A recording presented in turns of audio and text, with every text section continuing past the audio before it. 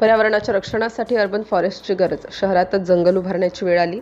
वाढत्या शहरीकरणामुळे जंगलाचे प्रमाण सातत्याने घटत असून पर्यावरणाचा समतोल बिघडत चाललाय. या पार्श्वभूमीवर शहरामध्येच अर्बन फॉरेस्ट म्हणजे शहरी जंगल उभारणे ही काळाची गरज असल्याचे मत माजी वनमंत्री शिवाजीराव मोघे यांनी व्यक्त केलं.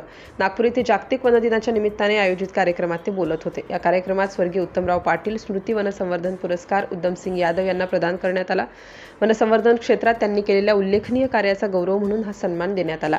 पुरस्कार स्वीकारताना यादव यांनी जंगलातील अनुभव सांगत हा माझा सन्मान नसून जंगलाचा आहे असे नमूद केले. कार्यक्रमात विविध मान्यवरांनी वनसंवर्धनासाठी लोकसहभाग अत्यंत महत्त्वाचे असल्यावर भर दिला.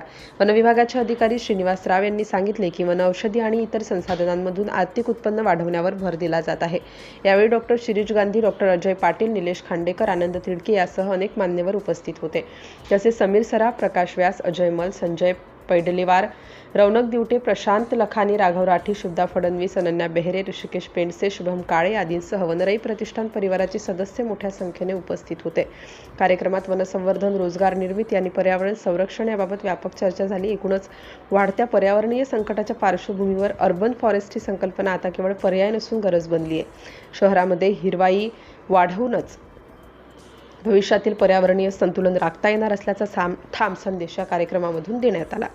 सिटी इंडिया न्यूजसाठी प्रतिनिधी लक्ष्मणराव घवघवे, नागपूर.